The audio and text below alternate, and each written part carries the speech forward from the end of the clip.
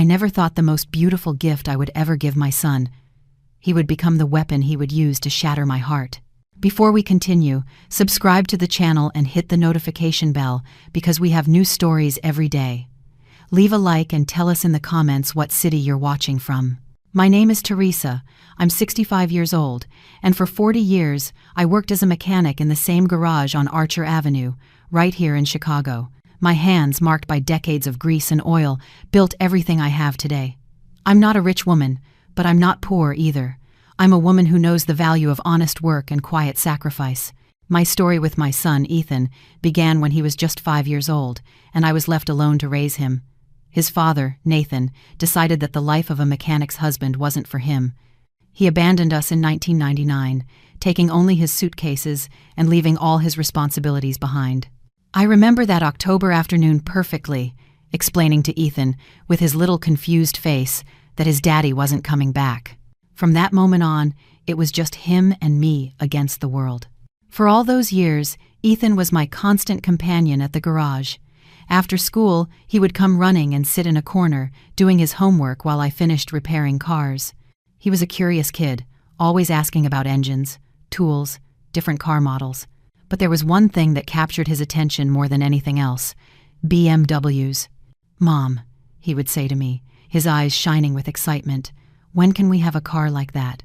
I would just smile and ruffle his hair, promising him that one day, when he was older, we would have one. For him, a BMW wasn't just a car. It was a symbol of success, of having made it somewhere in life. He saw his classmates getting dropped off in luxury cars while we walked or took the bus, and even though he never complained, I knew in his heart he wanted something different. The years passed, and Ethan grew up to be a good student. He was never brilliant, but he was consistent and responsible. He worked hard in his studies because he knew that education was his chance to have a better life than mine. When he finished high school and was accepted into the Illinois Institute of Technology to study industrial engineering, I felt like my heart was going to burst with pride. During his college years, I worked overtime. I repaired cars on weekends. I even took on welding jobs at home during the nights. Every extra dollar I earned, I carefully saved in a separate account. I had a plan, a dream I wanted to make a reality. When Ethan graduated, I was going to give him a BMW. It wouldn't be new. It wouldn't be the latest model, but it would be his. In June of 2023, when Ethan graduated with good grades, I decided the time had come. I had saved for years and had enough money to buy a 2018 BMW 320i. It wasn't new, but it was in excellent condition, with only 45,000 miles on it. It was silver, elegant, exactly like he had always dreamed. I remember the day I went to the used car dealership on Western Avenue. The salesman, a young man named Daniel, was surprised when I told him I would pay in cash. "Are you sure you don't want to finance it?" he asked. I just smiled and pulled out the envelope with all the bills I had saved for years. It was $30,000, practically my entire life savings. What Daniel didn't know, and what I consciously decided, was to keep the car title in my name on all the documents. At the time, I thought it was just a mother's precaution, a way to maintain some control until Ethan showed complete maturity. I never imagined that this decision would become my salvation. On graduation day, June 15th, 2023, I led Ethan blindfolded to the front of our house in the Bridgeport neighborhood. When I took off the blindfold and he saw the silver BMW with a giant red bow on it, his eyes filled with tears. "Is it mine, Mom? Is it really mine?" he asked, his voice breaking. I hugged him tight and whispered in his ear, "You deserve it, son. You worked hard for this." That night, Ethan couldn't sleep from the excitement. I heard him get up several times to look out the window, making sure the car was still there. The next morning, he got up early, put on his best clothes, and went out to show off his new car all over the neighborhood. Seeing him so happy filled me with satisfaction. In that moment, I thought I had done the right thing. I had fulfilled my promise and given my son the gift of his dreams. What I didn't know was that this perfect gift would become the beginning of the biggest nightmare of my life. The first few days after I gave him the BMW were like a dream. Ethan would come home smiling, telling me about the places he had visited, how the engine sounded perfect, how smooth the ride was. He even asked me to teach him some basic maintenance tricks.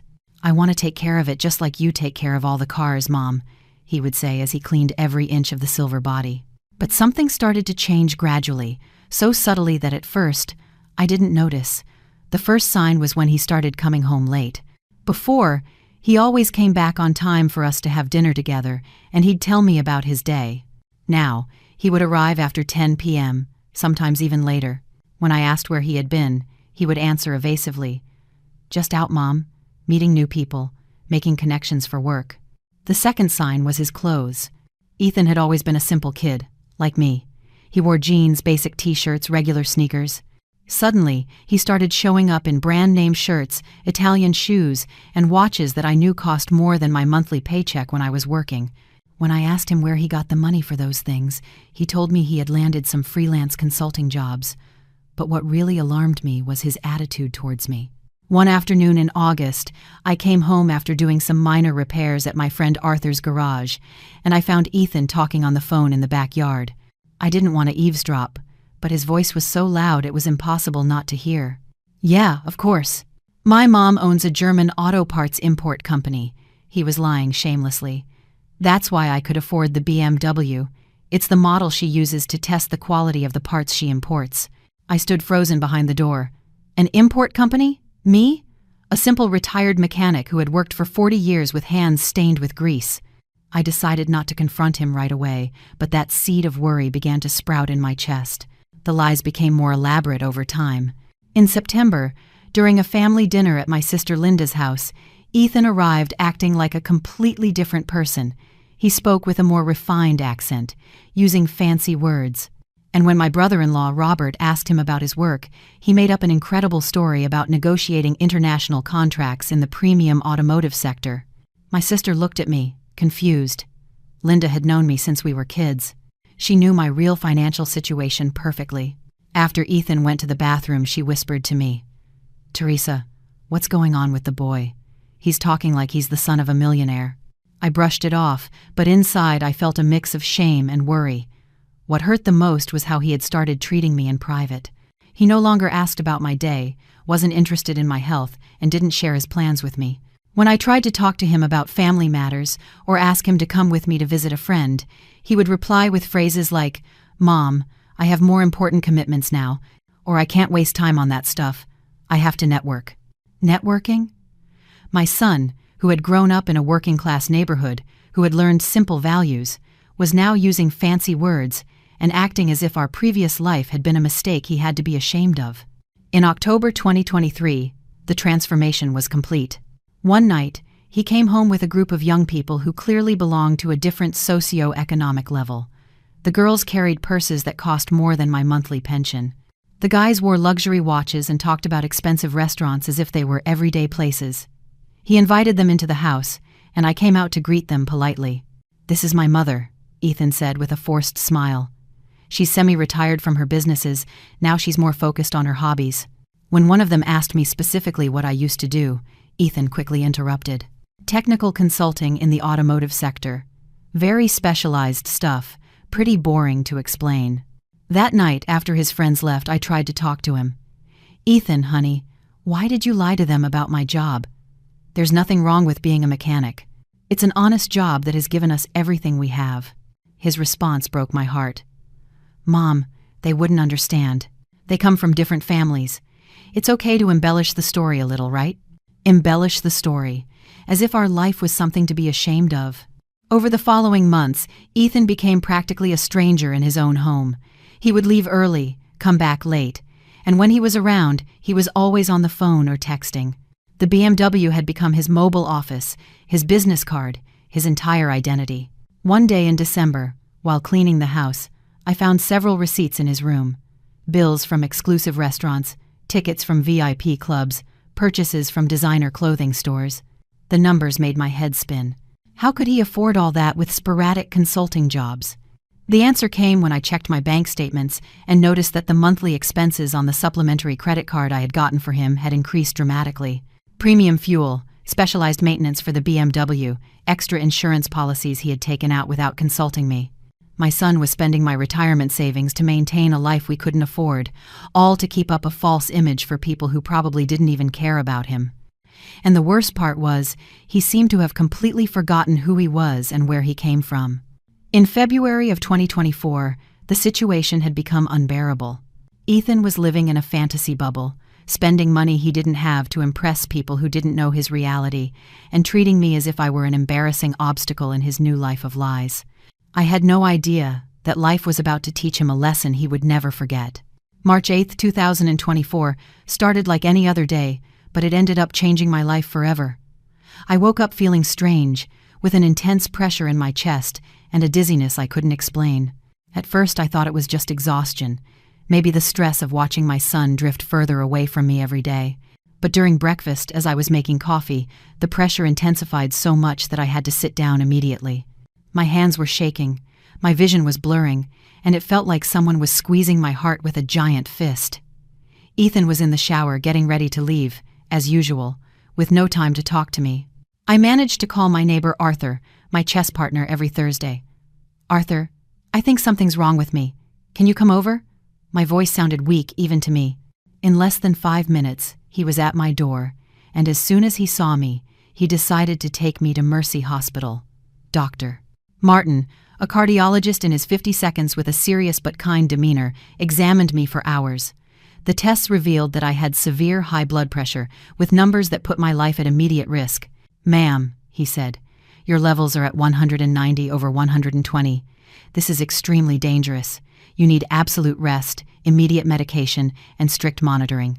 When I got home that afternoon, Ethan was leaving in his gleaming BMW, dressed in one of his expensive shirts and in a clear hurry. "Where have you been, Mom? I was looking for you." He lied without even really looking at me. I explained about my visit to the hospital, the hypertension diagnosis, the need to take care of myself. His reaction was typical of the person he had become. "Well, Mom, it's probably just stress. Get some rest and you'll be fine. I have to go now. I'm meeting with some investors to discuss a project." Investors, another level in his elaborate fantasies. The following days were hard for me. The medication made me constantly drowsy. I had to measure my blood pressure 3 times a day, and Dr. Martin had forbidden any physical exertion or emotional stress. I needed help with basic household chores, shopping, even cooking. Ethan, however, seemed to live on another planet. He came home later and later, spent more and more money, and when I tried to ask for help with something as simple as going to the pharmacy, he always had urgent commitments he couldn't cancel. On March 15th, exactly 1 week after my diagnosis, the electricity bill arrived. It was for $180, a bit higher than usual because of the March cold and because I had been home all day with the heat on. Normally, I took care of all the payments, but my physical condition made it difficult to leave the house. That afternoon, when Ethan returned around 7 p.m., I asked him for a favor. "Son, I need you to do something very important for me. I have to pay the electric bill, but I don't feel strong enough to go out. Could you do it tomorrow?" I handed him the $180 in cash I had set aside for household expenses. Ethan took the money without even looking at the bill. "Of course, Mom. Don't worry. I'll pay it first thing tomorrow." He gave me a condescending pat on the shoulder, as if I were a child who needed reassuring, and went to his room to change. The next day, March 16th, I watched from my window as Ethan left early in his BMW. I was relieved, thinking he had gone straight to pay the bill before his other activities. I spent the day resting, taking my medication, feeling a little calmer knowing that at least that issue was resolved. But 2 days passed, then 3, then a whole week, and something was bothering me. When I asked Ethan about the payment receipt, he always said the same thing. "It's done, Mom. Don't worry about that stuff." However, he never showed me any proof. He never gave me back any change. On March 23rd, 8 days after I gave him the money, the letter arrived that would change everything. An official notice from ComEd informing me that our electricity supply would be suspended the next day for non-payment. My heart started pounding. My pressure shot up immediately. With trembling hands, I called the customer service number on the letter. "Good morning. My name is Teresa. I'm calling about my March bill." The employee, a woman named Patricia, was very polite but direct. "Ma'am, according to our records, the bill due on March 20th has not been paid. That's why the disconnection has been scheduled." "But that's impossible," I said, my voice breaking. "My son paid that bill a week ago. There must be a mistake." Patricia checked again. "Ma'am, I assure you there is no payment registered." Do you have a payment confirmation number? I hung up the phone, feeling dizzy. It couldn't be true. My own son, seeing me sick, depending on his help, couldn't have lied to me about something as basic as paying a bill for the house where we both lived. That afternoon, when Ethan arrived in his pristine BMW and designer clothes, I was waiting for him in the living room. "Ethan, we need to talk about the electric bill." His expression didn't change. "What about it, Mom?" he asked with complete calm. "The company says it's not paid. They're going to cut off our power tomorrow." For a few seconds that felt like an eternity, Ethan just stared at me. Then, without the slightest trace of shame or remorse, he smiled that smile I had seen him use when talking to his rich friends. "Mom, it must be a clerical error. You know how these companies are. I promise you, I paid it." But I knew my son better than anyone. I had seen that same expression when he was little and lied about doing his homework or brushing his teeth. The difference was that now he was a 8-year-old adult, lying to me about something that could put my health at risk. "Ethan," I said with all the patience I could muster, "if you really paid it, where is the receipt?" His mask finally cracked. "A receipt? Mom, I don't keep receipts for such basic things. Just trust me, okay?" In that moment, I knew with absolute certainty that my son had stolen from me. He had taken my $180, lied to my face for a week, and now he was trying to keep lying while I was sick and vulnerable. What came next was the final confirmation of the person he had become, and the exact moment I decided I was going to teach him a lesson he could never, ever forget. The next day, March 24th, 2024, I woke up at 6 inches the morning to the sound of the ComEd technicians at the door. 2 men in uniforms with power tools had come to carry out the service suspension order. From my window, I watched them work methodically, disconnecting the cables that powered our home. The silence that followed when they finished was deafening. There's nothing like the complete absence of electricity to make you feel vulnerable and abandoned. The refrigerator stopped working. There was no light, no heat on a cold March morning. And worst of all, I couldn't charge my digital blood pressure monitor. Ethan woke up around 10 a.m., as usual, and when he tried to turn on the lights in his room, he finally understood what had happened. I heard him moving through the house, flipping switches, opening and closing the refrigerator. His footsteps headed towards my room. "Mom, what happened to the electricity?" he asked with genuine surprise, as if he really had no idea. His ability to feign innocence had reached professional levels. I sat up slowly in bed, feeling the pressure build in my temples. "Exactly what I told you would happen yesterday, Ethan. They cut the power because the bill isn't paid." "But I paid it, Mom. It has to be a mistake." His lies had reached a point where he seemed to believe them himself. In that moment, I made a decision that would change everything. I got up, went to the old landline phone in the kitchen, which ran on a battery, and dialed the number for ComEd again, this time with Ethan present as a witness. "Good morning, my name is Teresa, Social Security number ending in 5678. My power was cut yesterday for non-payment, but my son insists he paid the bill. Could you please confirm exactly when and how the payment was made?" The same employee, Patricia, answered patiently. "Ma'am, I've just thoroughly reviewed your account. There is no record of any payment since February. The March bill, for $180, is still outstanding in our system." I put the phone on speaker so Ethan could hear clearly. "Are you sure? Is there no chance the payment is still processing or there's some kind of system delay?" "Ma'am, our system updates in real time. If the payment had been made any time from the 16th until today, it would be registered. I can assure you, there is no payment pending." I hung up the phone and slowly turned to Ethan. His eyes, which before had shone with the arrogant confidence he had developed over the last few months, now showed something resembling fear for the first time in a long time. "Ethan," I said in a calm but firm voice, "this is your last chance to tell me the truth. Where is my $180? He started to stammer, but something in my expression must have warned him that there was no more room for deception. "Mom," he began, his voice wavering. "What happened was—" "What exactly happened?" I interrupted, staying calm even though my heart was racing. His mask finally fell completely. I needed the money for something important. I was going to put it back before you noticed." "Something important?" I repeated, feeling the betrayal stab me like a knife. "More important than keeping the power on in the house where your sick mother lives?" He ran his hands through his hair, a nervous habit he'd had since he was a kid when he knew he'd done something wrong.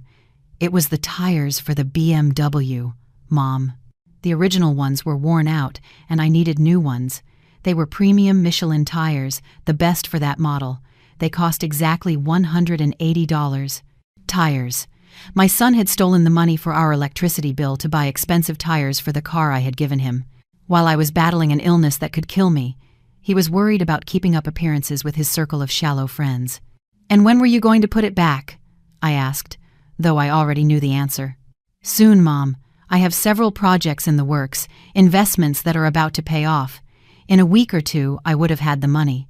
Projects, investments, the same grandiose lies he had been telling for months to justify a lifestyle he couldn't afford. I sat down heavily in a kitchen chair, feeling all the energy drain from my body. It wasn't just the money. It was the sustained lie for a week.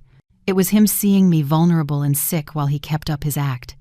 It was realizing my own son was capable of looking me in the eye and lying shamelessly about something that directly affected my well-being.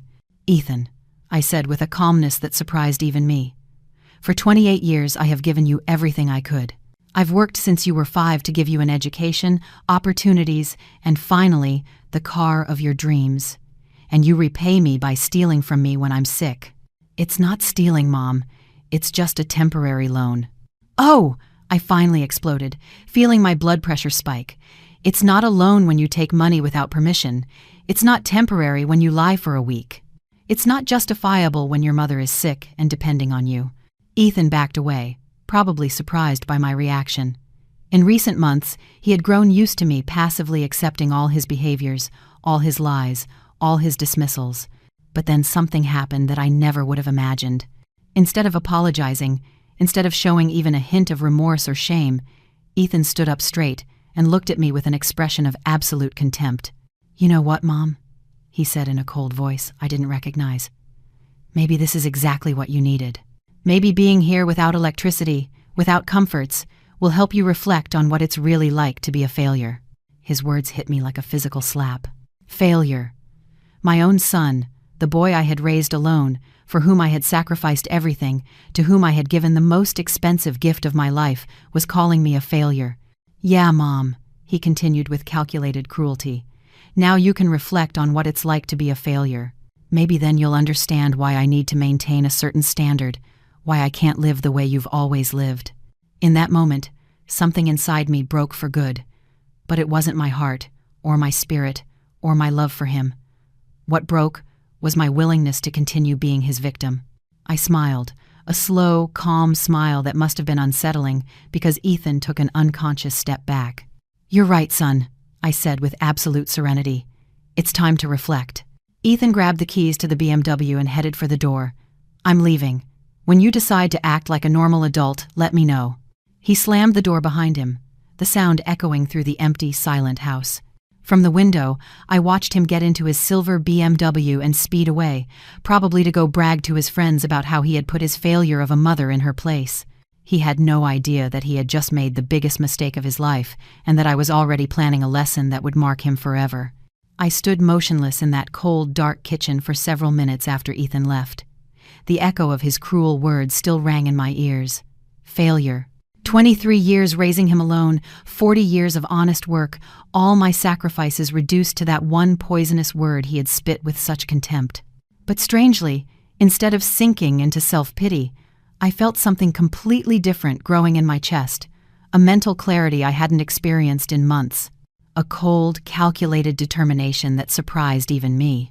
I went to my room and took a small notebook from my nightstand, where I had always written down important numbers.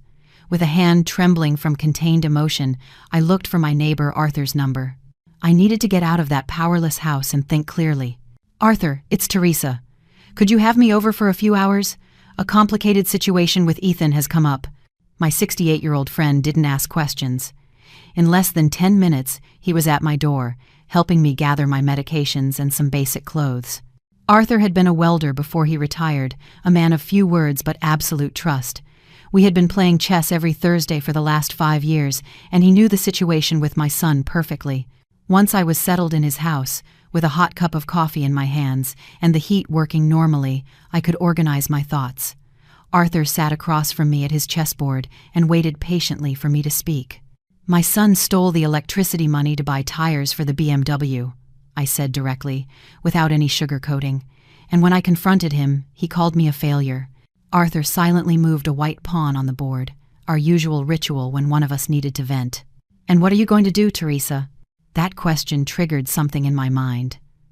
For months, I had passively accepted all of Ethan's behaviors, all his lies, all his disrespect. I had justified his transformation by telling myself he was young, finding his way, that he would eventually mature. But he was no longer a rebellious teenager. He was a 8-year-old adult who had consciously chosen to humiliate and steal from his sick mother. "I'm going to teach him what it really means to reflect," I replied, surprising myself with the firmness in my voice. That night, while Arthur slept, I stayed awake on his couch, mentally reviewing every detail of the situation, and then I remembered something crucial that I had forgotten in the midst of the betrayal and pain. The BMW was still legally in my name. When I bought the car in June 2023, I had made the conscious decision to keep all the paperwork under my ownership. At the time, I thought it was just a parental precaution, a way to maintain some control until I was completely sure of Ethan's maturity. I never imagined that decision would become my winning card. At 6 a.m. on March 25th, I called the dealership where I had bought the BMW. Daniel, the salesman who had helped me, confirmed what I already knew. "Yes, miss. Teresa, the BMW 320i with license plate 7542 KMN is registered completely in your name. Do you need any specific documents?" The next step was more delicate. I needed legal advice to make sure that any action I took was completely legitimate. At 9 a.m. sharp, I called the office of Richard White, a civil law attorney I had met years ago when I had a problem with a work accident insurance claim. "Good morning, Richard. It's Teresa. Do you remember me? I need an urgent consultation about a family matter." Richard saw me that same afternoon in his office on Michigan Avenue. I explained the entire situation in detail. The gift of the car, Ethan's transformation, the theft of the money, the sustained lies, and finally, the insult that had pushed me over the edge. "Teresa," Richard said after reviewing all the BMW documents I had brought with me, "legally, you have absolute right over that vehicle. It's in your name, you paid for it with your money, and technically, your son is using it with your implicit permission. If you decide to withdraw that permission, you can reclaim the vehicle whenever you see fit. And what if he refuses to give it to me? In that case, he would be committing misappropriation of someone else's vehicle. You could report it to the police, and they would automatically recover the car." Richard paused and looked at me directly. "Are you sure you want to go to such extremes with your own son?" The question made me think for several seconds. Was I really willing to confront Ethan this way? Was I capable of using the same coldness against him that he had used against me? Then, I remembered his cruel smile when he called me a failure. I remembered how he had lied for a week while I suffered from my illness. I remembered all the months of contempt, of feigned shame for our true circumstances, of irresponsible spending with my money. "Yes, Richard, I'm completely sure." "Very well. I recommend you first go to the nearest police station to your home and file a report for unauthorized use of the vehicle. Explain that you had allowed him to use the car temporarily, but due to irresponsible behavior, you have decided to withdraw that permission. Once you have the report number, the police will be obligated to recover the vehicle if they find it in any routine check." The plan began to take shape in my mind with crystal clarity. Ethan had used my generosity and my motherly love as tools to humiliate me. He had turned my most precious gift into a symbol of his contempt for me. Now it was time for him to learn that actions have real consequences. That night, back at Arthur's house, I mentally drafted every step I would take. It wouldn't be an emotional, impulsive revenge. It would be an educational, meticulous, and completely legal lesson. My son had chosen to treat me like a naive fool who would accept any humiliation just to keep the family peace. He was gravely mistaken. The next day, March 26th, I went early to the Chicago Police Department precinct in my district. The officer who attended to me, a young man named Officer Miller, patiently listened to my story and took note of all the details. "Are you sure you want to proceed with this report, ma'am? Once it's registered in the system, any patrol that identifies the vehicle will proceed with its immediate impoundment." "Completely sure, officer. My son needs to learn that respect is not optional, especially towards the person who has given him everything in life. I signed all the necessary documents and received a copy of the report with the case number 2024 to 04567. Officer Miller explained that the information would be immediately distributed to all patrols in the Chicago metropolitan area. As I walked back to Arthur's house, with the legal document in my pocket, I felt a strange mixture of sadness and determination. I didn't enjoy the idea of humiliating my son, but he had crossed a line that had no return. Ethan had wanted me to reflect on being a failure. Very soon, he himself would have the opportunity to reflect on the consequences of underestimating his mother and forgetting the basic values of respect and gratitude. The trap was set. Now I just had to wait for him to fall right into it. March 27, 2024, dawned with a strange sense of calm I hadn't felt in months. I woke up on Arthur's couch feeling more rested than I had in weeks, despite the circumstances. There was something liberating about finally making a concrete decision, about no longer being a passive victim of my son's actions. Arthur made coffee while I double-checked all the documents I had organized on my makeshift table. The police report, the BMW ownership papers, the receipts proving I had paid for the vehicle in full, even the photos I had taken the day I gave it to Ethan, where you could clearly see his genuine joy before arrogance corrupted him. "How are you feeling, Teresa?" my friend asked, as he sat across from me with his steaming cup. "Strangely calm," I answered honestly. "For the first time in months, I feel like I have control over the situation." Arthur nodded understandingly. He had raised 2 children of his own and understood the complexities of parenthood, but he also knew there were lines that couldn't be crossed with impunity. Around 10 in the morning, I decided to go back to my house to pick up some additional belongings and check if Ethan had returned during the night. When I opened the door, I immediately noticed that something had changed. There were dirty dishes in the sink that weren't there the day before, and I could smell the trace of his expensive cologne in the air. In his room, I found evidence that he had been there. Clothes thrown on the bed, the shower still damp, and most revealing of all, several new receipts on his desk. One was from a premium gas station where he had filled up the BMW's tank. Another from an exclusive restaurant in downtown Chicago, and a third one that made my blood run cold. A bill from the official BMW workshop for a complete engine checkup and synthetic oil change, all for a total of $320. Senbai Arshameyuan. While I was living without electricity because I couldn't pay $180, he had spent almost double that to maintain his image of success. And most infuriating of all, he had charged that bill to my supplementary credit card, the same one I had given him for genuine emergencies. I immediately called the bank to verify the recent transactions on my account. The employee, Mercedes, confirmed what I already feared.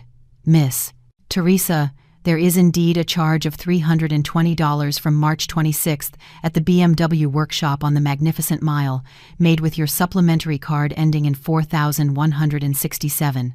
Does that card have a daily spending limit?" I asked, feeling the outrage grow in my chest. "Yes, ma'am. The limit is set at $500 per day.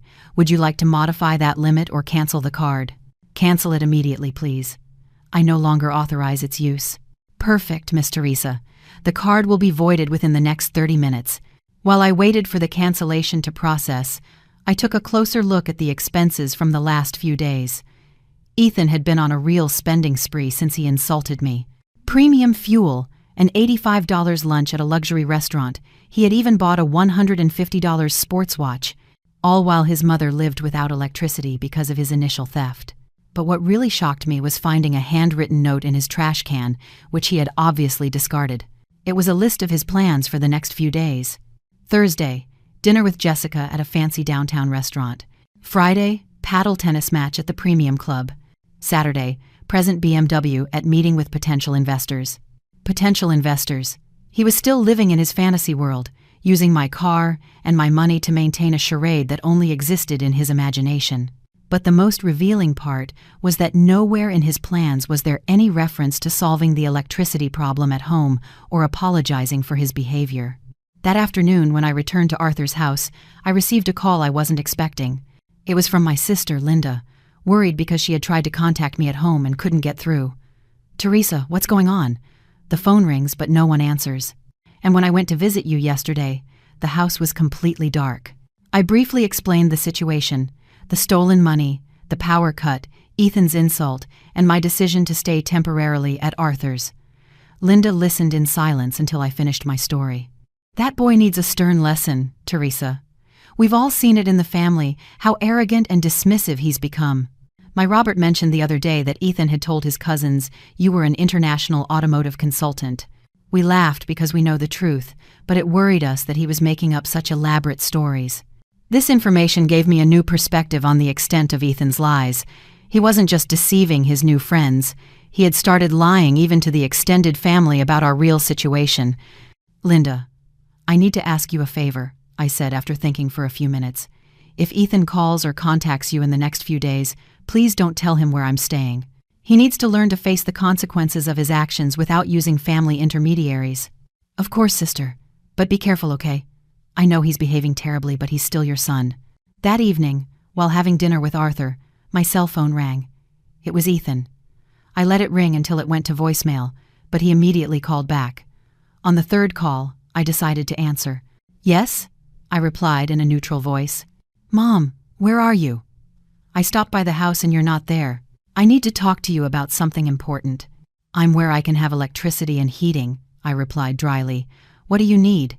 "Look, Mom, I've been thinking about our conversation yesterday. Maybe I was a little harsh with you, but you just frustrate me sometimes with your negativity. I wanted to propose something. I've met some investors who are interested in a German auto parts import project. If you help me with a small initial investment, we could become partners and—" I cut him off before he could continue with his new fantasy. "Ethan, the only conversation we need to have is about when you're going to return the $180 you stole to pay for the electricity." "I didn't steal anything, Mom. I told you it was a temporary loan, and on that note, I have a better proposal. Instead of paying you back that $180, why don't you invest another $5,000 in this project? In 6 months, you'll have multiplied that amount by 10, $5,000. My son, who had stolen my electricity money, was now asking me to invest $5,000 in another of his imaginary projects. "Ethan," I said with a calm that surprised even me, "first, return the $180 you took without permission, then we'll talk about anything else. Mom, you have to understand that sometimes you have to take risks to grow.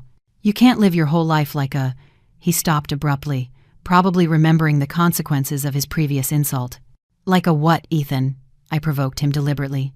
"Like someone who doesn't understand modern opportunities," he finished, choosing his words more carefully this time. "I understand opportunities perfectly, son, and I also understand responsibilities. Return my money and pay the electricity bill, then we'll see." I hung up before he could respond. Arthur, who had heard my side of the conversation, shook his head in disapproval. "That boy is completely detached from reality," he muttered as he arranged the chess pieces. "Do you think the lesson you're preparing for him will be enough to make him see reason?" "I don't know, Arthur," I admitted honestly, "but I know that if I don't do something drastic now, Ethan will keep spiraling down into that vortex of lies and arrogance until it's too late to save him." That night, before going to sleep, I checked one more time that my police report was active in the system.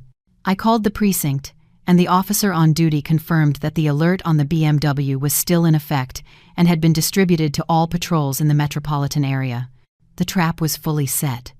Now I just had to wait patiently for Ethan, with his arrogance and false sense of security, to walk right into it. I didn't know exactly when it would happen, but I was absolutely sure it would happen soon. March 28, 2024, began as a seemingly normal day, but it would become the definitive moment when all the pieces of my plan would align perfectly. I woke up at 6 a.m. at Arthur's house, a strange mix of nervousness and anticipation running through my veins. During breakfast, as I was reading the local news in the paper, Arthur mentioned something that immediately caught my attention. "Look at this, Teresa. It says here that the city police have stepped up traffic stops this week all over the south side of Chicago. They're checking registrations and making sure insurance is up to date." Perfect. The circumstances were conspiring in my favor in an almost poetic way. Ethan, with his predictable routine of showing off all over the city in his BMW, would inevitably run into one of these increased checkpoints. Around 9 a.m., I decided to do something I hadn't done in weeks: take a walk through my old neighborhood. I needed to clear my head, and secretly wanted to see if I could spot Ethan leaving the house with the BMW. It wasn't that I wanted to rush things, I was simply curious to observe his usual movements. I walked the familiar streets of Bridgeport, greeting neighbors I had known for decades. Mrs. Esperanza, the owner of the bakery where I had been buying bread for years, approached me with concern when she saw me. "Teresa, how are you? My son told me he saw electric company trucks at your house a few days ago. Is everything all right?" I briefly explained that I had a temporary issue with the payments without going into details about Ethan's betrayal. The people in the neighborhood respected me, and I didn't want to tarnish my son's reputation publicly, at least not yet. "If you need anything, Teresa, don't hesitate to tell me. You've always been a hard-working and honest woman," she said with genuine concern before returning to her shop. Her words reminded me of who I really was. A woman who had built her life with honest effort, who had earned the respect of her community through decades of dignified work. Ethan's cruel words about being a failure did not define my worth as a person. It was about 11 a.m. when I saw the silver BMW pull out of my house's garage. From my strategic position on a corner, I could watch Ethan, perfectly dressed in one of his expensive suits, talking on the phone while driving. His attitude was the same as always, arrogant, hurried, completely oblivious to the consequences that were about to catch up with him. I followed him at a safe distance, more out of curiosity than necessity. Ethan headed towards downtown Chicago, probably to one of his imaginary business meetings, or to have lunch at some exclusive restaurant with money he didn't have. I returned to Arthur's house around noon, feeling that the day's events were unfolding exactly as I had anticipated. My cell phone remained silent, which was normal. Ethan only called me when he needed something, never out of courtesy or genuine concern. At 2 p.m., while we were having a quiet lunch, my phone finally rang. But it wasn't Ethan. It was an unknown number that I didn't immediately recognize. "Miss Teresa?" asked a formal male voice. "Yes, this is she."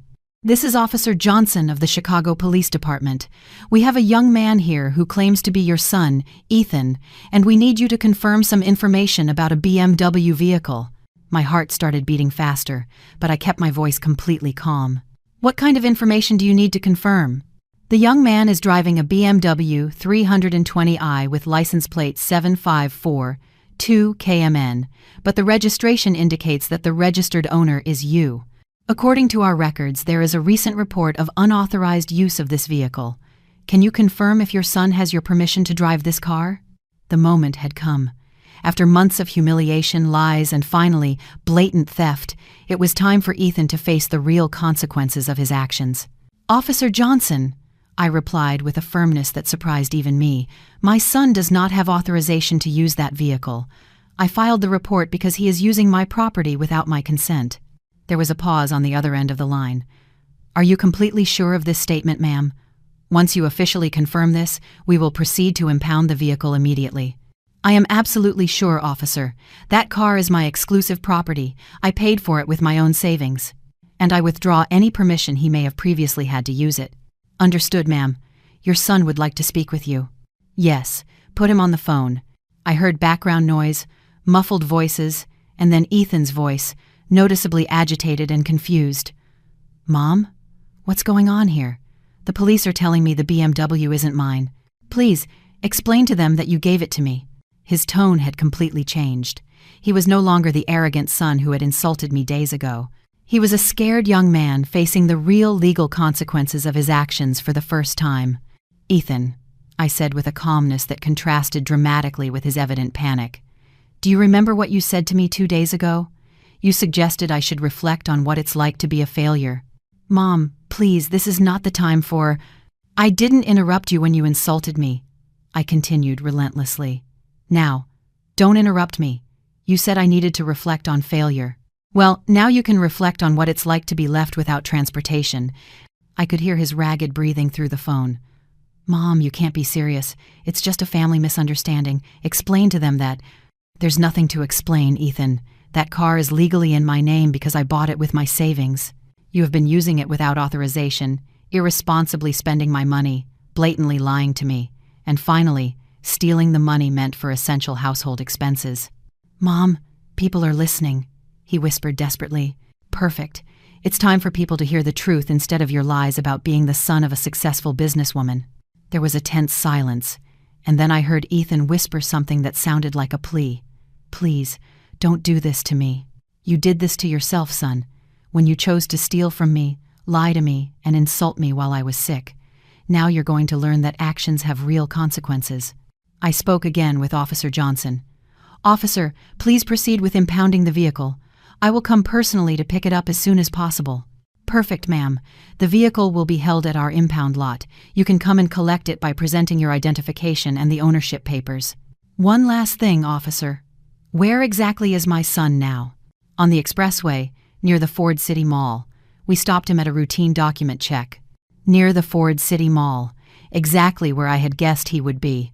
In an expensive commercial area, probably on his way to lunch with stolen money or to one of his fictitious meetings with investors. Thank you, officer. I'll be there in about an hour. I hung up the phone and turned to Arthur, who had witnessed the entire conversation with a serious but understanding expression. How do you feel, Teresa? My friend asked. Like a mother who is finally teaching her adult son about reality, I answered honestly. An hour later, when I arrived at the place where the police had impounded the BMW, I found Ethan sitting at a nearby bus stop, his head in his hands. His expensive suit contrasted pathetically with his expression of absolute defeat. He saw me approaching and slowly stood up. For the first time in months, there was no arrogance in his posture. "Mom," he began, his voice breaking. "Are you really going to take the car?" I looked him directly in the eyes before answering. "Son, the car was always mine. What I'm taking back is the lesson that I will never again allow you to disrespect me that way." I got into the BMW, started the engine that I knew so well from having chosen it myself, and drove home, leaving Ethan at that bus stop, facing the real consequences of his decisions for the first time in his adult life. In the rearview mirror, I saw him take out his phone, probably to call a taxi that he would have to pay for with money he no longer had, to go to a house without electricity that he could no longer afford to ignore. The first part of his education had begun. I drove the BMW back home with a strange feeling of reclaiming something that had always been mine, but had been lost for months. The engine purred smoothly, just as I remembered when I first test drove it at the dealership. It was ironic. I had bought this car to make my son happy, and now it had become the instrument of his complete humiliation. When I arrived at my powerless house, I parked the BMW in the garage with a satisfaction I hadn't felt in a long time. It was more than just getting back a material object. It was getting back my dignity, my authority as a mother, and my right to be respected in my own home. Arthur had followed me in his car to make sure I got there safely. "So what now, Teresa?" he asked as we looked at the silver BMW in its original spot. "Now, I wait," I replied simply. "Ethan will have to find his way home, and when he does, we'll have a very different conversation than the ones we've had lately." I didn't have to wait long. Around 6 in the evening, I heard tired footsteps on the path leading to the front door. They were different from Ethan's usual steps. Slow, heavy, without the arrogant rush that had characterized his movements for the past few months. The door opened slowly. Ethan walked in looking completely disheveled. His expensive suit was wrinkled, his Italian shoes were stained with dust from the road, and his perfectly coiffed hair was now messy and sweaty. But the most noticeable thing was his expression. For the first time in months, he looked vulnerable. He found me sitting in the dark living room, illuminated only by the natural light coming through the windows. I had deliberately chosen not to use candles or flashlights. I wanted him to feel the full weight of the consequences of his initial theft. "Mom," he said in a hoarse voice, probably from having walked a considerable distance, "can we talk?" "Of course," I replied, keeping my tone neutral. "Sit down." He collapsed heavily onto the couch across from me. For several minutes, neither of us spoke. I could see him struggling internally, probably trying to find the right words for a conversation he had never had to have before. "I don't understand why you did that," he finally muttered, avoiding looking directly at me. "What part exactly don't you understand, Ethan? The part where I recovered my own property, or the part where I decided I would no longer tolerate any more disrespect?" "Mom, I swear I was going to pay you back for the electricity. I have several projects in the works that—" "Stop!" I interrupted him firmly. "No more lies about imaginary projects. No more stories about fictitious investors. No more fantasies about being something you're not." His shoulders slumped slightly. "They're not fantasies, Mom. They're real opportunities. Ethan, for the past few months, I've watched you spend money you don't have, lie about your life and mine, and finally, steal from me when I was sick and vulnerable. What part of that exactly seems successful to you? But the BMW, Mom, that car had opened doors for me. It had given me opportunities. Opportunities for what? I asked directly. To become a compulsive liar? To be ashamed of your family? To steal from your own mother? Ethan stood up abruptly and started pacing the living room. You don't get it, Mom.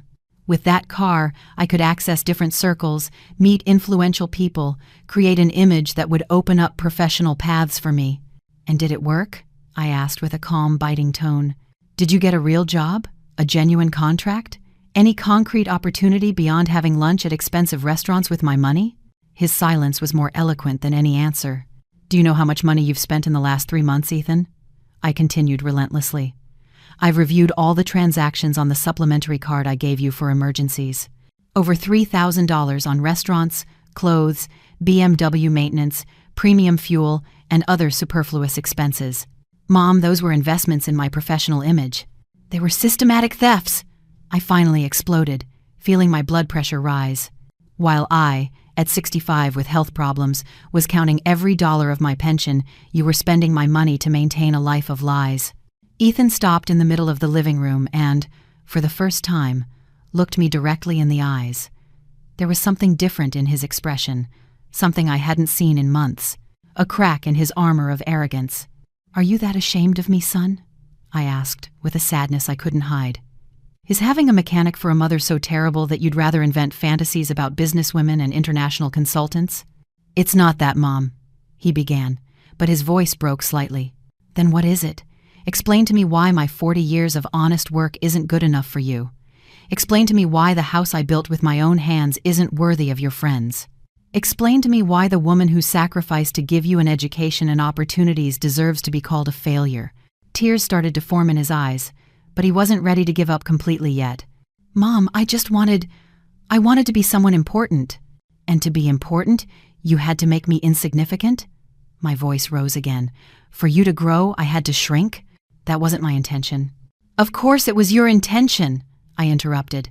Every time you lied about my job, every time you made up stories about our life, every time you were ashamed of our true circumstances, you were consciously choosing to humiliate me.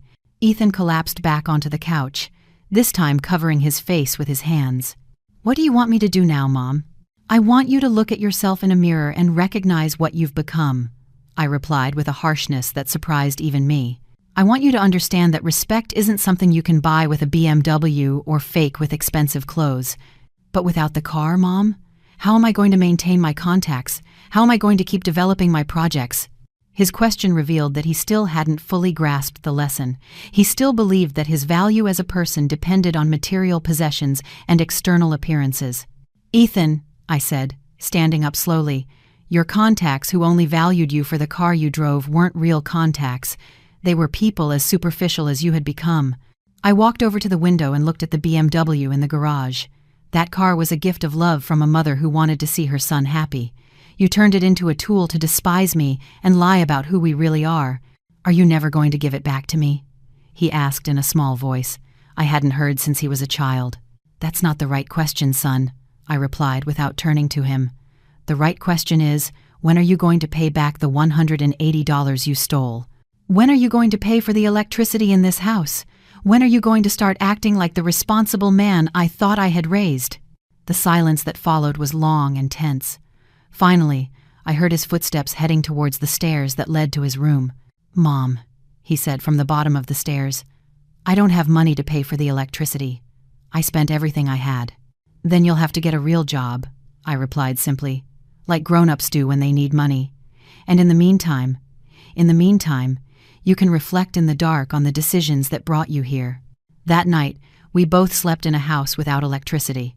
But while Ethan dealt with the consequences of his actions for the first time in months, I slept with the peace of a woman who had finally regained control of her own life. My son's real education was just beginning. The days following the BMW incident were revealing in ways I hadn't fully anticipated.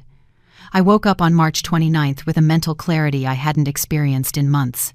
For the first time since this nightmare began, I felt I had total control over my situation and my future. My first decision was practical but symbolic. To restore the electricity in my own house, I wasn't going to continue living like a refugee at Arthur's while my son learned lessons about responsibility. Using my own emergency savings, I paid the $180 owed, plus the reconnection fees, a total of $245 that came directly from my personal account. When the ComEd technicians finished reconnecting the power around noon, I felt a deep satisfaction. The lights worked, the refrigerator hummed quietly, the heating provided real warmth. My house was habitable again, not thanks to Ethan, but in spite of him. That afternoon, while organizing documents in my study, I decided to take a step I had been putting off for too long. I called the bank where I had my main account and requested an urgent appointment with my account manager, Mr. Peterson, a middle-aged man who had handled my finances for the last 10 years. Miss Teresa. Mr. Peterson greeted me when I arrived at his office the next day. How can I help you? I need to completely review all supplementary cards associated with my account, all spending limits, and any access my son may have to my funds, I explained directly. Mr. Peterson meticulously reviewed my financial profile on his computer. I see you have a supplementary card issued in the name of Ethan with a daily limit of $500. You also have an emergency access set up for transfers up to $1,000. I want to immediately cancel the supplementary card and remove any access he has to my accounts, I declared firmly. Are you sure, Miss Teresa? Once these accesses are canceled, your son will not be able to use them again without coming in personally with you to reactivate them. Completely sure. Furthermore, I want to change all my online access passwords and set up automatic alerts for any unusual activity in my accounts. Mr. Peterson processed all the cancellations immediately. He gave me new cards, new passwords, and set up the alert system as I had requested. Your accounts are now completely protected, Miss Teresa. Your son no longer has any access. That same afternoon, I decided to take an additional step that I knew would be painful but necessary. I went to my insurance company's office to review all the policies where Ethan was listed as a beneficiary. The agent, Clara, helped me review each document. Miss Teresa, your son is listed as the primary beneficiary on your life insurance and as an authorized driver on the BMW policy, she informed me after checking my files. I want to remove him as an authorized driver of the BMW immediately. As for the life insurance, I want to designate temporary alternative beneficiaries. Clara processed the changes without asking unnecessary questions. She was a professional who understood that families go through complicated crises. The changes will be effective in 24 hours, ma'am. When I returned home that afternoon, I found Ethan in the kitchen, trying to make something to eat with basic ingredients we had in storage. His appearance was noticeably different. He was wearing normal casual clothes instead of his expensive outfits, and his general demeanor seemed more humble, though I could still detect traces of his old arrogance. "Mom," he said when he saw me come in, "we need to talk about my situation." "Your situation?" I repeated, hanging up my jacket. "What situation specifically?" "I have no money, Mom. Literally not a single dollar. And without the BMW, I can't get to the job interviews I had scheduled." I sat down at the kitchen table and watched him carefully. "Real job interviews or more meetings with your imaginary investors?" They were real meetings, Mom. Maybe I exaggerated some details about my experience, but the opportunities were there. "Ethan, do you realize you just admitted to lying in job interviews about your experience?" His expression darkened slightly. "Everyone exaggerates a little on their resumes, Mom. It's normal in the professional world." It was clear he still hadn't fully grasped the gravity of his ethical situation. "And what about the $180 you stole?" "I didn't steal it, Mom. It was a temporary loan that—" "Enough!" I cut him off sharply. "You took money without permission, spent it on something frivolous, lied to me for a week, and when I confronted you, you insulted me. That's not a temporary loan. That's theft aggravated by family betrayal." Ethan fell silent for several minutes, distractedly stirring the food on his plate. Finally, he muttered, "What do you want me to do to fix this?" "First, I want you to get a real job, not imaginary consulting, not fictitious projects, not fantasy investments. A normal job where you receive a real salary for honest work. And in the meantime, how am I supposed to survive without money? How am I going to look for a job without transportation? The same way millions of people look for jobs every day. Public transportation, walking, using the internet, being humble and honest about your real abilities. Mom, that's unfair. You know I have the potential for more than just basic jobs." His comment revealed that he still held on to that attitude of superiority he had developed over the past few months. "Ethan, until you prove you can handle basic responsibilities like paying bills and telling the truth, you're not qualified for anything more than basic jobs. Are you never going to forgive me?" he asked in a tone that was meant to be pathetic. "Forgiveness isn't the issue here, son. The issue is trust. And trust is rebuilt through consistent actions, not through empty promises." That night, as Ethan struggled with the reality of having no access to easy money, I received an unexpected call. It was my sister, Linda. "Teresa," Ethan called me an hour ago asking to borrow money. He told me you had misunderstood a situation and had unfairly taken the BMW from him. "And what did you tell him?" "I told him to talk to you directly about his financial problems. But I need to hear your side of the story." I explained the whole story to Linda. The stolen money, the sustained lies, the cruel insult, and my decision to reclaim my property and cut off his access to my funds. "You did the right thing, sister," she said after hearing everything.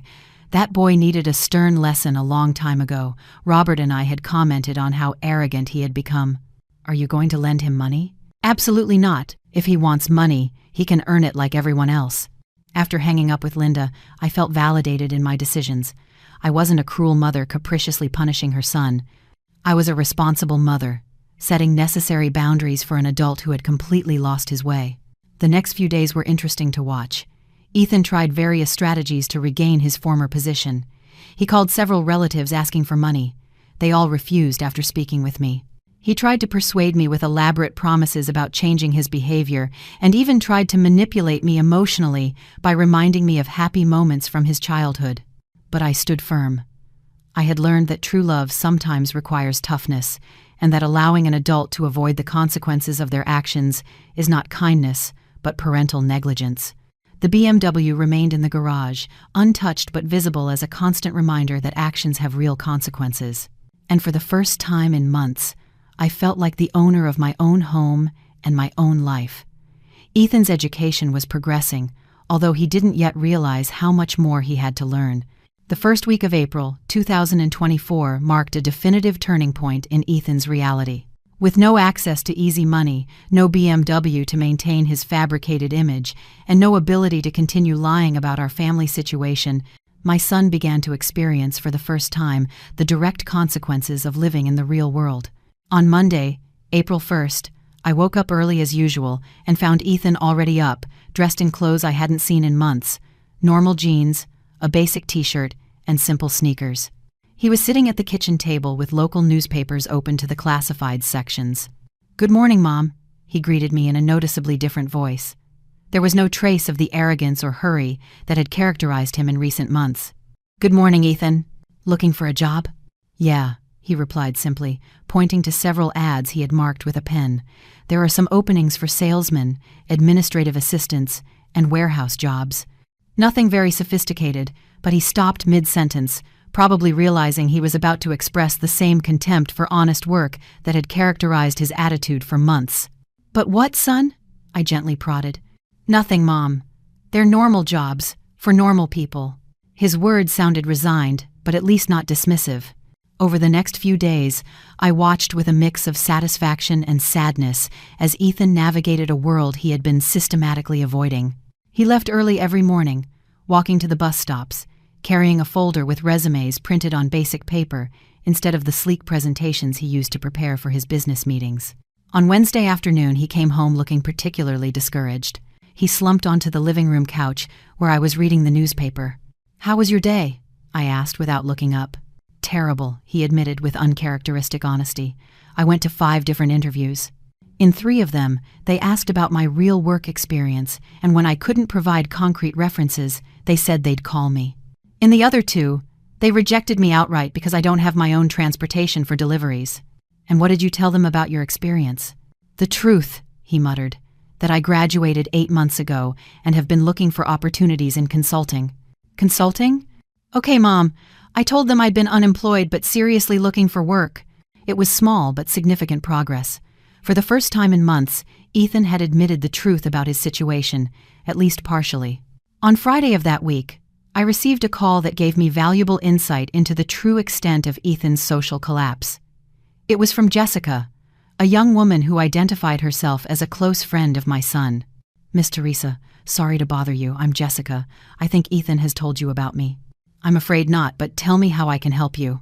Well, Ethan had invited me to dinner on Saturday at a fancy restaurant downtown, but when I tried to contact him to confirm, he said a family emergency had come up and he'd have to postpone it indefinitely. It seemed strange because he sounded very different. A fancy restaurant downtown. Dinner for two there would easily cost $200, money Ethan no longer had.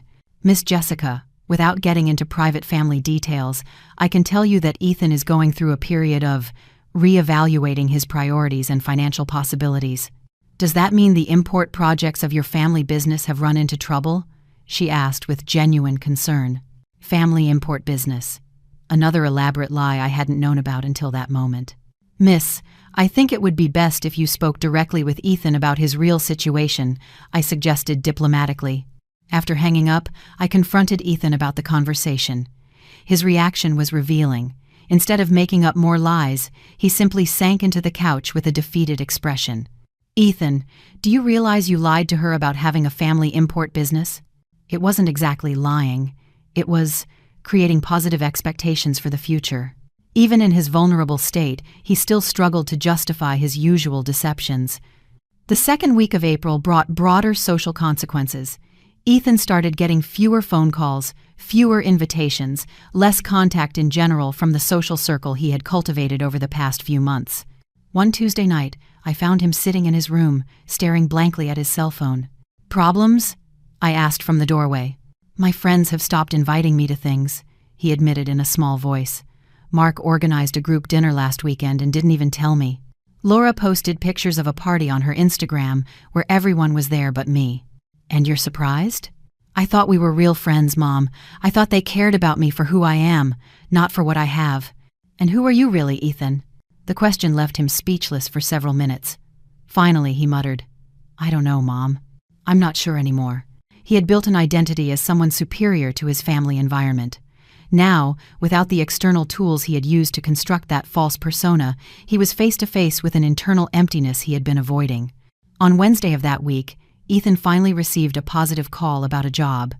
It was from a local Jewel Osco that needed staff for the night shift, restocking shelves and organizing inventory. The salary was $1,200 a month, exactly the minimum wage. Are you going to take it? I asked when he told me about the offer. I don't have many options, do I? He replied with a mix of bitterness and resignation. You always have options, son. You can accept the job and start rebuilding your life with honesty, or you can keep waiting for the perfect opportunity to magically appear that will never require real effort on your part. That night, Ethan accepted the job. His first day would be the following Monday. On Sunday night, as we were having a quiet dinner, Ethan made a comment that revealed how much his perspective had changed in just 2 weeks. Mom, do you think $1,200 a month is enough to live on? It depends on how you define living, I replied. If you mean paying basic expenses, contributing to the household, and having a little for savings, yes, it's enough. If you mean maintaining the fictitious lifestyle you had before, then no. How much did you earn when you started as a mechanic? It was the first genuinely interested question about my life he had asked me in almost a year. When I started in 1984, I earned about $450 a month, which, considering inflation, probably had less purchasing power than your new salary. And how did you do it? I lived within my means, saved every dollar I could, and focused on learning and improving at my job instead of pretending to be something I wasn't. That night, for the first time since the BMW incident, Ethan came to say goodnight to me before going to bed. Mom, he said slowly, I know I made mistakes, big mistakes. Mistakes can be corrected, son. What can't be easily corrected is the loss of trust and respect. Do you think I'll ever be able to earn back your trust? That depends entirely on you, Ethan.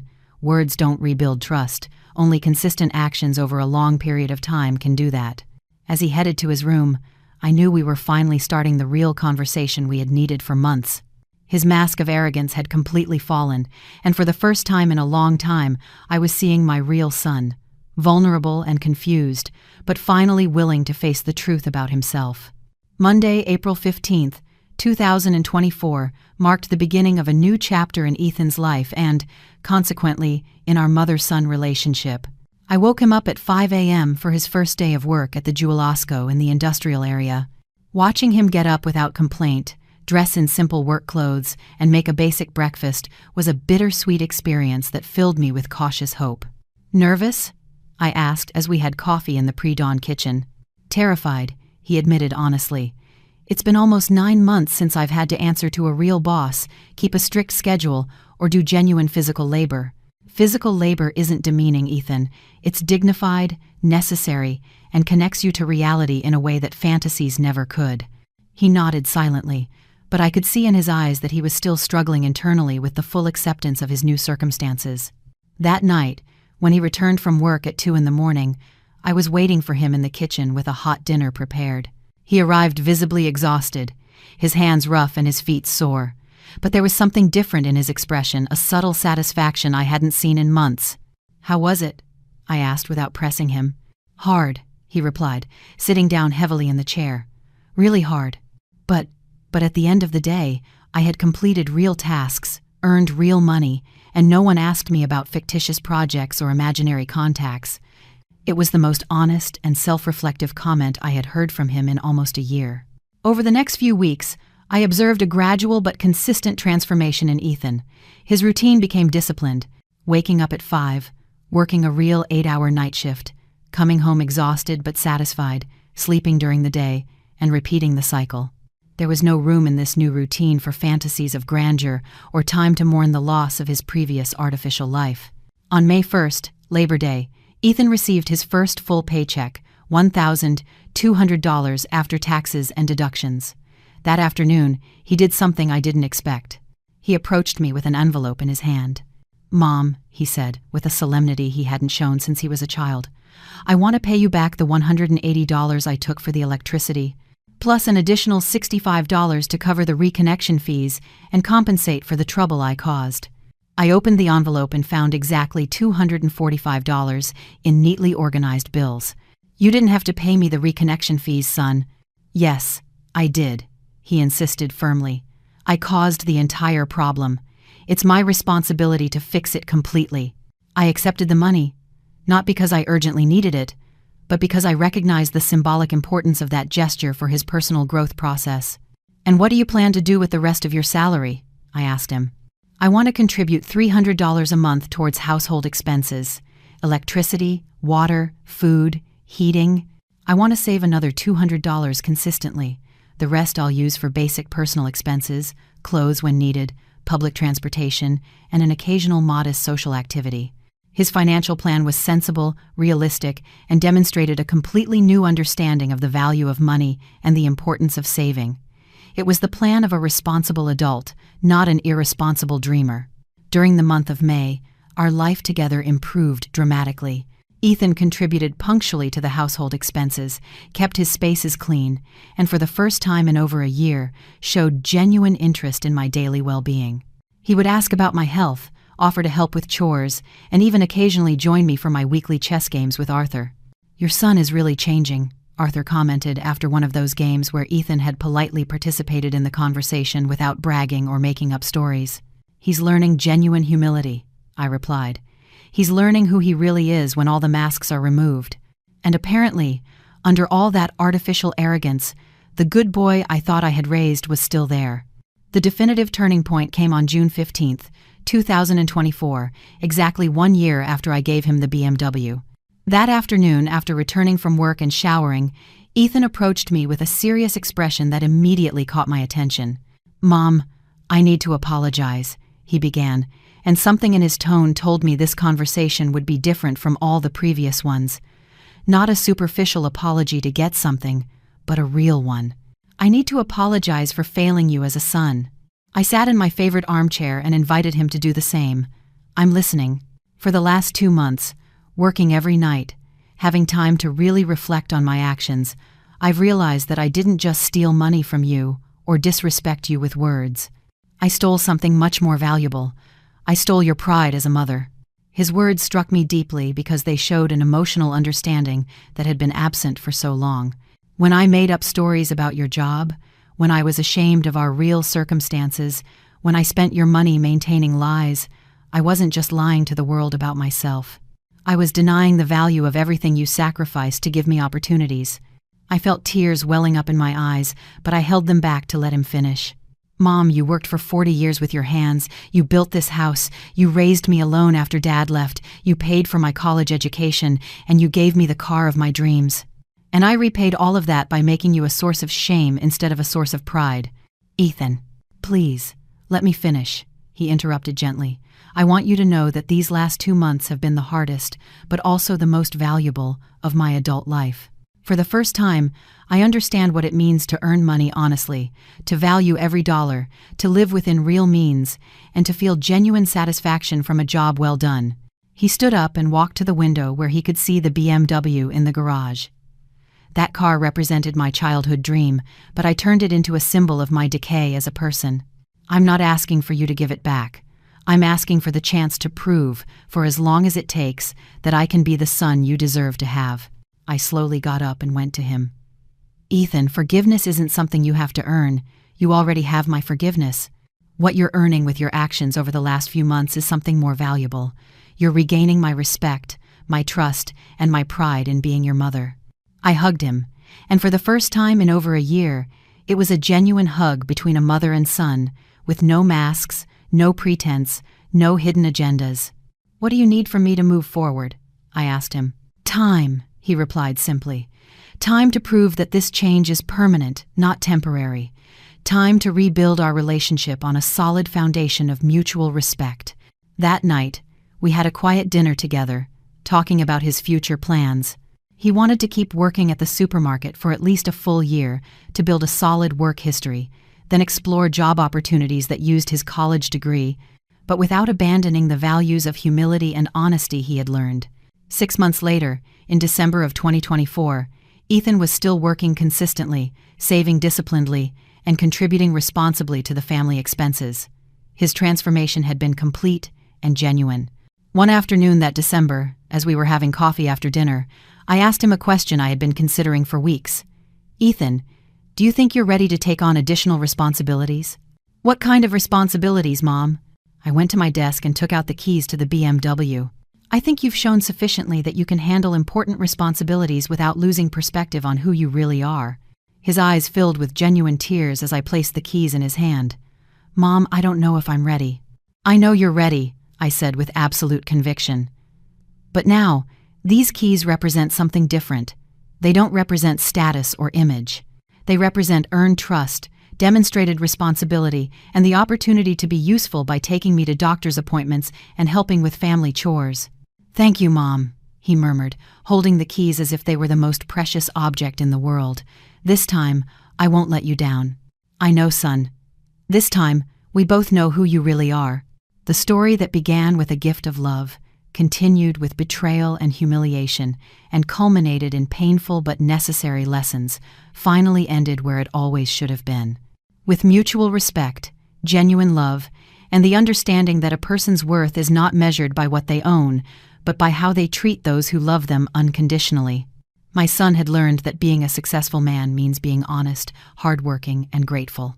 And I had learned that sometimes the deepest love requires the courage to let those we love face the consequences of their decisions so they can truly grow.